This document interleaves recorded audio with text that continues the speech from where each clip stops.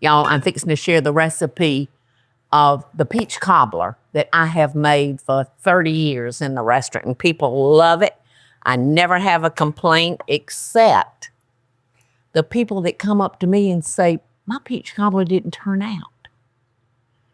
And I said, well, more than likely, you were not using self-rising flour, because you've got several choices of flour out there. You got cake flour, you've got bread flour, you have all-purpose flour, and this is what I use mainly in my house, because I can turn it into self-rising flour by adding baking powder to this, along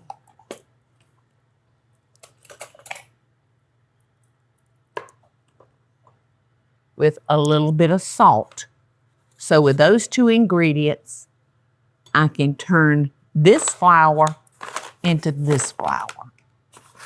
You want to make sure, though, this is the safe way to go, is make sure you have self-rising flour on hand.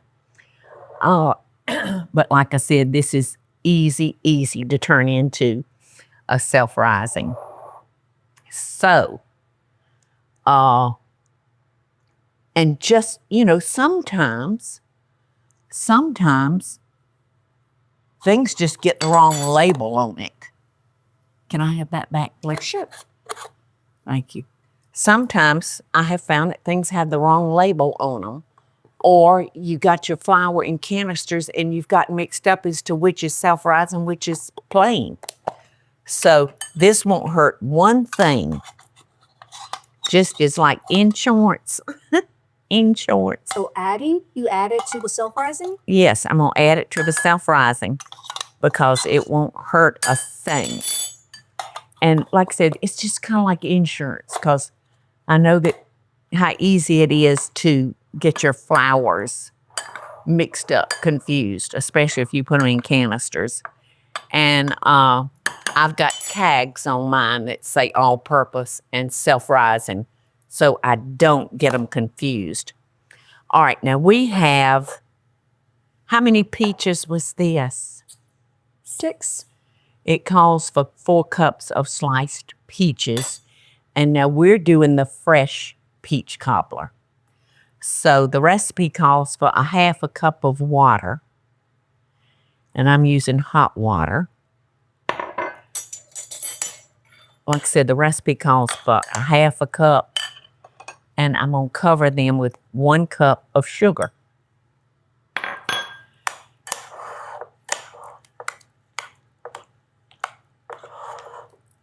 And normally, when I'm using fresh peaches, these peaches are beautiful. When I'm using fresh peaches, I usually put them cook them for just a few minutes. Whoa. Pots and pans. I got more pots and pans, y'all, than I probably really need. Okie doke. So I am going to pour this in here, and we're just going to soften up those peaches just a minute, not for very long. So I'm going to take this bowl now. Okay, like I said, just to tender them up a little bit. I'm going to take this same pan, and I'm going to put a stick of butter in it and stick it in the oven and let our butter melt. Like I said, this is so easy. I'm just don't want to get y'all confused, because there's a couple of key elements that you need to get right. All right, so you don't have any fresh peaches. This is what we would use. All the juice and everything. You would just ladle this on top.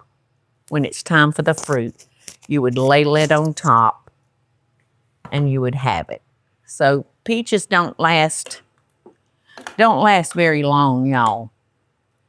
They've got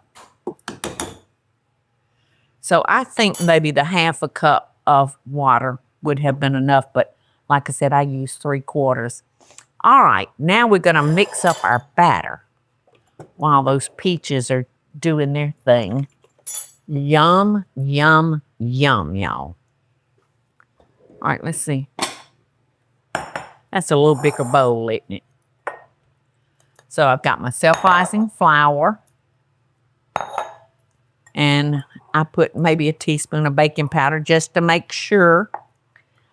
When people tell me their crust was on the bottom, they have used plain flour. Self-rising flour will bring that crust up over your fruit and that beautiful liquid that those peaches produce. So these are looking good. I just got me a little spoon of the juice. It's out of this world, Teresa. Out of this world. All right, so by the time I get this mixed up, we'll be ready with that. So we've got our self-rising flour, and we're going to add 1 cup of sugar, and I think it was 1.5 cups of flour. So that's easy to remember, you know, the crust on this. All right. Now we're just going to add our milk.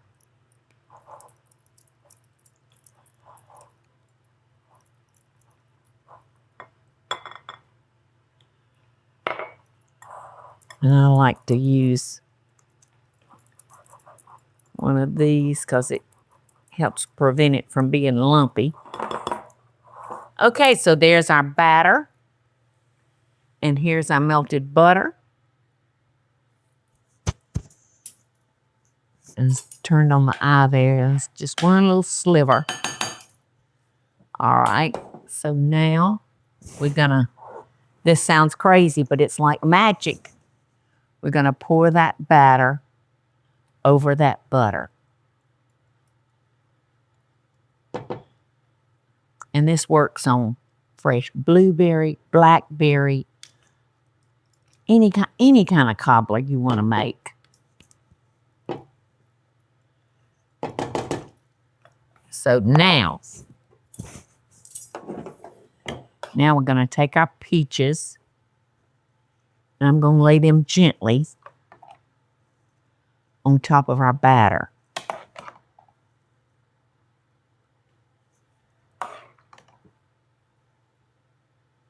This is going to be some more ever good cobbler, y'all.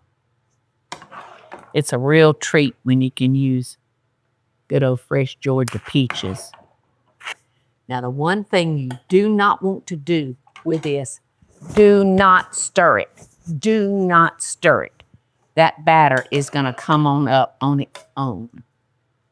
Why? Because we use self-rising flour. All right, now I'm going to add the juice that was in the peaches. And this is 1.25 cups. I don't think we'll need that much, depending on how wet you want your cobbler. And I like mine kind of juicy.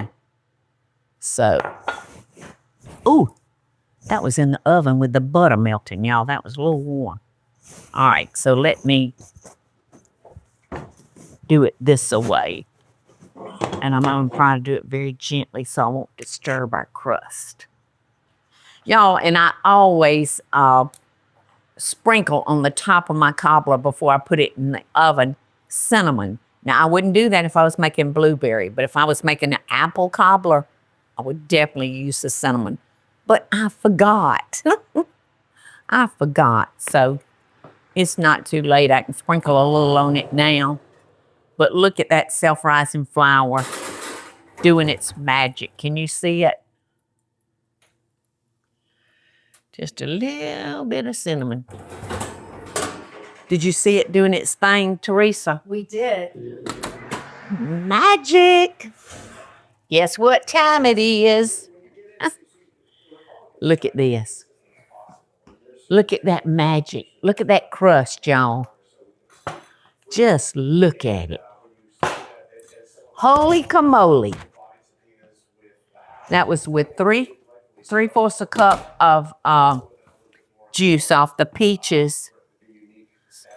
How pretty is that, y'all? Listen to that crunch, y'all. Oh, my gracious. Look at that smoke. Yes, look at that smoke. Don't do it, Paula. Don't do it. Okay, I'll try not to. This is my favorite part right there, y'all. The crunch crunch. The crunch crunch.